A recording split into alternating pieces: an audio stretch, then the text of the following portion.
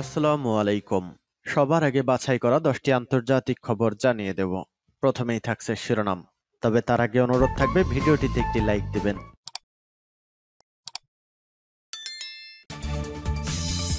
জানিয়ে দিব হাতে থাকা সর্বশেষ আপডেট আন্তর্জাতিক সংবাদ। প্রথমেই সংবাদ শিরোনাম, গণহত্যায় ইসরায়েলকে বর্ণবাদী রাষ্ট্র ঘোষণা। এরপর জানিয়ে দিব রুশ ও সিরিয়ার বিমান হামলায় পিছু হটছে বিদ্রোহীরা। এদিকে ইউক্রেন যুদ্ধে রাশিয়ার আত্মরক্ষার অধিকার আছে বলেছেন কিম। এরপর জানিয়ে দিব সিরিয়ায় বিদ্রোহীদের বিরুদ্ধে লড়াইয়ে যোগ দিয়েছে ইরাকি যোদ্ধারা। আরও জানিয়ে দিব ইসরায়েল ও হিজবুল্লাহ গুলি বিনিময় যুদ্ধবিরতি লঙ্ঘনের অভিযোগ। সর্বশেষ জানিয়ে দিব যুদ্ধবিরতির মধ্যেই ইসরায়েলি বিমান হামলায় লিবাননে নিহত 11। এতক্ষণ শুনছিলেন সংবাদ শিরোনাম, এবারে বিস্তারিত। তবে অনুরোধ থাকবে ভিডিওটিতে একটি লাইক করবেন এবং কমেন্ট করে জানিয়ে দিবেন কোন জেলা থেকে আপনি আমাদের এই ভিডিওটি দেখছেন। গণহত্যায় ইসরায়েলকে বর্ণবাদী রাষ্ট্র ঘোষণা। মধ্যপ্রাচ্য জুড়ে হামলা চালিয়ে যাচ্ছে ইসরায়েল। দেশটির এ হামলায় লেবানন ও গাজায় ৪৫,০০০-এর বেশি মানুষ নিহত হয়েছেন। অঞ্চল জুড়ে গণহত্যার জন্য দায়ী করে দেশটিকে বর্ণবাদী রাষ্ট্র ঘোষণা দিয়েছে অক্সফোর্ড ইউনিয়ন। সোমবার ২ ডিসেম্বর তুরস্কের সংবাদ মাধ্যম টিআরটি ওয়ার্ল্ডের এক প্রতিবেদনে এ তথ্য জানানো হয়েছে। প্রতিবেদনে বলা হয়েছে, বিশ্বের সবচেয়ে মর্যাদাপূর্ণ সংগঠনের অন্যতম হল অক্সফোর্ড ইউনিয়ন। এ সংগঠনে গত বৃহস্পতিবার ইসরায়েলকে গণহত্যার জন্য দায়ী বর্ণবাদী রাষ্ট্র হিসেবে ঘোষণা করার পক্ষে ভোট অনুষ্ঠিত হয়েছে। এতে প্রস্তাবের পক্ষে ২৭৮ ভোট পড়েছে, অন্যদিকে এর বিপক্ষে মাত্র ৫৯টি ভোট পড়েছে। অক্সফোর্ড ইউনিয়ন বিতর্কের মাধ্যমে বিভিন্ন গুরুত্বপূর্ণ বিষয় তুলে ধরে। ১৮২৩ সালে প্রতিষ্ঠিত এ সংগঠন ইসরায়েলি প্রধানমন্ত্রী বেনিয়ামিন নেতানিয়াহুর বিরুদ্ধে আন্তর্জাতিক অপরাধ আদালতের গ্রেফতারি পরোয়ানা জারির পর এমন পদক্ষেপ নিয়েছে, ফলে তা নতুন মাত্রা যোগ করেছে। টিআরটি ওয়ার্ল্ড জানিয়েছে, এই হাউস বিশ্বাস করে যে ইসরায়েল গণহত্যার জন্য দায়ী একটি বর্ণবাদী রাষ্ট্র শীর্ষক এ বিতর্ক শুরু করা হয়। এতে ফিলিস্তিনি আমেরিকান লেখক সুসান আবুল হাওয়া, ফিলিস্তিনি কবি মোহাম্মদ এল কুর্দ এবং ইহুদিবাদী ইসরায়েলি লেখক মিকো পেলেট সহ বিশিষ্ট বক্তারা উপস্থিত ছিলেন। বিতর্কে বক্তারা প্রস্তাবের পক্ষে নিজেদের যুক্তি উপস্থাপন করেন। এ সময় বিরোধীদের মধ্যে যুক্তরাজ্যে ইসরায়েলি আইনি বিষয়ক পরিচালক নাতাশা হাউসডর্ফ এবং আরব ইসরায়েলি কর্মী ইয়োসেফ হাদ্দাদ সহ অন্যরা উপস্থিত ছিলেন। রুশ ও সিরিয়ার বিমান হামলায় পিছু হটছে বিদ্রোহীরা। সিরিয়ার দ্বিতীয় বৃহত্তম শহর আলেপ্পোর বেশিরভাগ এলাকা দখলে নিয়েছে বিদ্রোহীরা।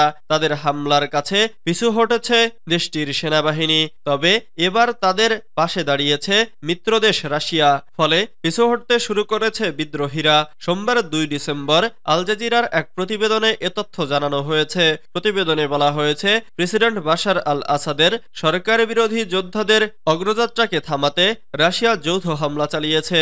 সিরিয়ার শহর ইদলিব ও আলেপ্পোতে বিদ্রোহীদের অবস্থানকে নিশানা করে এ হামলা চালানো হয়েছে।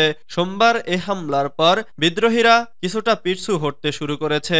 এর আগে কয়েকদিনে ব্যাপক সফলতা অর্জন করে বিদ্রোহীরা। সিরিয়ায় বিদ্রোহী গোষ্ঠী হায়াত তাহরির আল শাম ও তার মিত্ররা গত কয়েকদিনে নাটকীয়ভাবে অগ্রসর হয়েছে।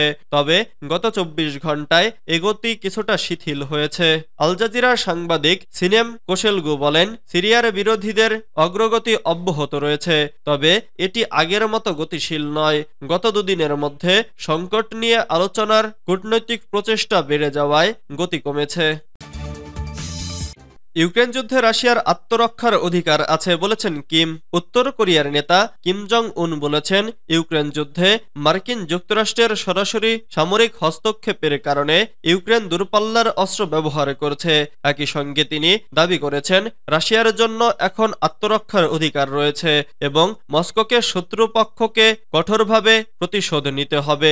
শনিবার ৩০ নভেম্বর রয়টার্সের এক প্রতিবেদন থেকে জানা যায়, শুক্রবার ২৯ নভেম্বর রাশিয়ার প্রতিরক্ষামন্ত্রী আন্দ্রেই বেলোসভের সঙ্গে বৈঠকে এ মন্তব্য করেন। রয়টার্স উত্তর কোরিয়ার রাষ্ট্রায়ত্ত বার্তা সংস্থা কেসিএনএ এর বরাত দিয়ে প্রতিবেদনে জানায়, রাশিয়ার প্রতিরক্ষামন্ত্রীর সঙ্গে বৈঠকে কিম জং উন বলেন, যুক্তরাষ্ট্র এবং পশ্চিমারা কিয়েভ সরকারকে তাদের দূরপাল্লার অস্ত্র ব্যবহার করে রাশিয়ার ওপর আক্রমণ চালাতে বাধ্য করেছে। রাশিয়াকে এখন শত্রু শক্তির বিরুদ্ধে প্রতিশোধ নেওয়ার পদক্ষেপ নিতে হবে। কিম আরও বলেন, রাশিয়ার সার্বভৌমত্ব ও আঞ্চলিক অখণ্ডতা রক্ষায় রাশিয়ার প্রতি সর্বদা সমর্থন জানাবে উত্তর কোরিয়ার সরকার, সেনাবাহিনী ও জনগণ।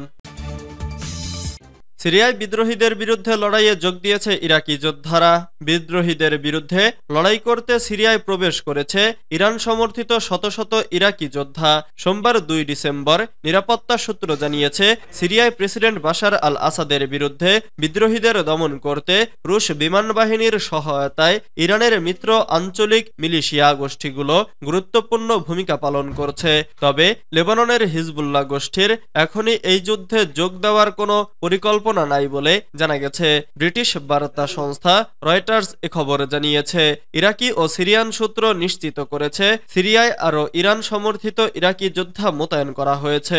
ইরানের পররাষ্ট্রমন্ত্রী বলেছেন, প্রতিরোধ গোষ্ঠীগুলো যাতে আসাদ সরকারের সহায়তায় এগিয়ে আসে সেজন্য তেহরান প্রয়োজনীয় যেকোনো সহায়তা প্রদান করে যাবে। রবিবার রাতে আনুষ্ঠানিক সীমান্ত পারাপার এড়াতে একটি মাটির রাস্তা ব্যবহার করে সিরিয়ায় প্রবেশ করে অন্তত 300 ইরাকি যোদ্ধা। এই যোদ্ধাদের বেশিরভাগই ইরাকের বাদর এবং নোজাবা গোষ্ঠীর সদস্য। ইরাকের 2টি নিরাপত্তা সূত্র জানিয়েছে, তারা একটি শিয়া মাজার রক্ষা করার জন্য সেখানে গেছে। ইসরায়েল ও হিজবুল্লাহর গুলি বিনিময় যুদ্ধবিরতি লঙ্ঘনের অভিযোগ। দক্ষিণ লেবাননের তালুসা ও হেরিস শহরে ইসরায়েলি হামলায় কমপক্ষে 9 জন নিহত ও 3 জন আহত হয়েছে। সোমবার 2 নভেম্বর ইসরায়েলের সেনাবাহিনী জানায়, তারা লেবাননের বিভিন্ন স্থানে হিজবুল্লাহর লক্ষ্যবস্তুতে আঘাত হেনেছে।